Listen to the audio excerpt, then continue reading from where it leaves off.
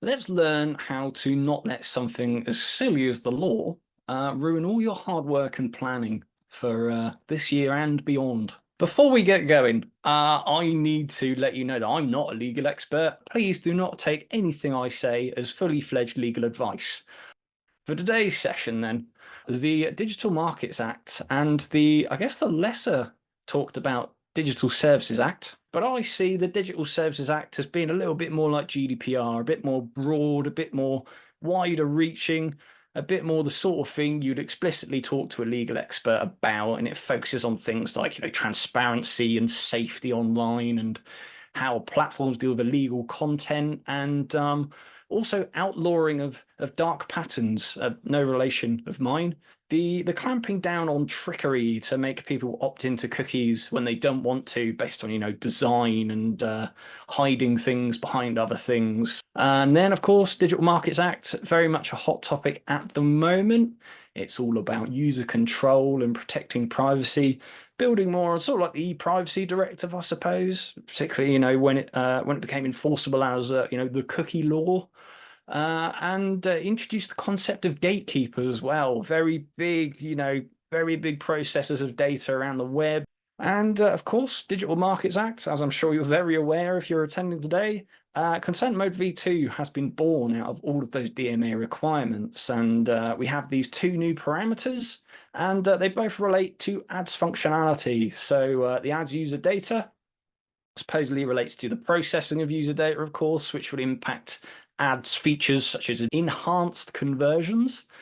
And then ad personalization, which has been heavily touted as being, the remarketing side of things. So the exact scope of what is required of us and the scope of consent mode version 2 itself, that of course advertisers must adhere to the EU consent policy to use ad personalization. I think it's a little bit murkier where it says that it'll impact measurement features, certainly on the websites, for all tags that send data to Google. And also note in this paragraph that, of course, despite Consent Mode V2 being web-based or app-based even, imported conversions are also in scope of these new regulations. So to consolidate, it's not just enhanced conversions and remarketing going to be impacted. Under each parameter, you've actually got a few considerations there and the anticipated effects on each after that deadline is hit. So feed-based remarketing, if you're doing that cool dynamic remarketing where you show the users the products they've just looked at, that will immediately cease to work following the March deadline. You've then got your remarketing audiences. If you haven't got Consent Mode V2 in place, simply they will remain, but the audience lists will simply decline as no new data will be processed. If you're, of course, splitting between observations and targeting audiences, your observation audiences are really good for your smart bidding to add an extra layer of differentiation between your audiences. So that's going to have an impact there. And also, if you are explicitly targeting people with audiences, that's going to lose effectiveness as that audience list drops. Data sharing between GA4 as well, particularly if you've got a really good GA4 setup with quite tailored tracking, those will either stop immediately or dwindle like the other audience types. Of course, enhanced conversions, user ID, your cross-device attribution is going to go less accurate with the removal of those features. New customer acquisition bidding, of course, quite a new feature in Google Ads. That will stop working as a result. Prospecting audiences, where you think, even though you're not manually or purposefully processing user data, prospecting audiences draws upon data from a user's Google account, from their browser, from these third-party cookies, which are on their way out. So you might find that those audiences dwindle a bit prematurely as well. And again, customer match, if that's not sorted, that will be very most likely cut off straight away. Also, another consequence not pictured is that if you don't adhere to the consent policy, particularly the EU consent policy that Google have, your account could be suspended, banned, very bad things. So you don't want to be heading down that route now.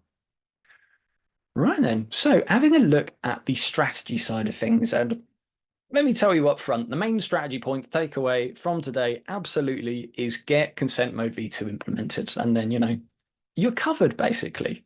But I do realize, of course, there are going to be some people that don't have developer resource, or perhaps they're a little bit late catching up with all of this. So it might be a bit of an impossible task. So let's cover all areas there. Let's see what effects you can expect.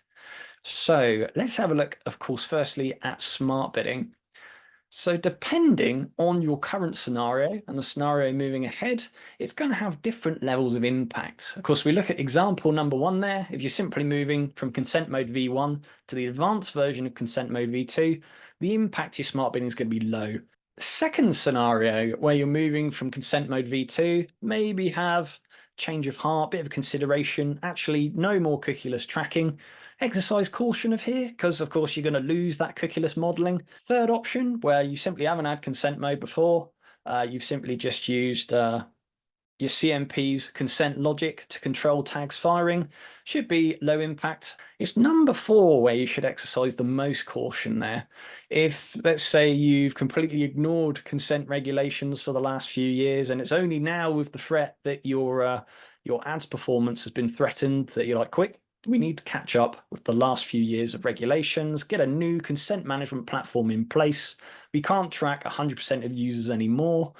That is going to cause some disruption because your smart bidding is going to be used to be getting 100% of all collected data, and then it's going to move to just the compliantly collected data. So make sure you have expectations put in place around that. On the subject of smart bidding, the more decent, robust learning data you can consistently supply your smart bidding strategies allows it to become more effective at generating efficient conversions. However, if you don't have consent mode V2 in place by the March deadline, you can pretty much count out 3 of those 4 categories. And then finally, I suppose, what is everybody else up to? And that's a great question because Google consent mode seems to have dominated the headlines. From what I can tell, Meta, it's more of a transparency angle.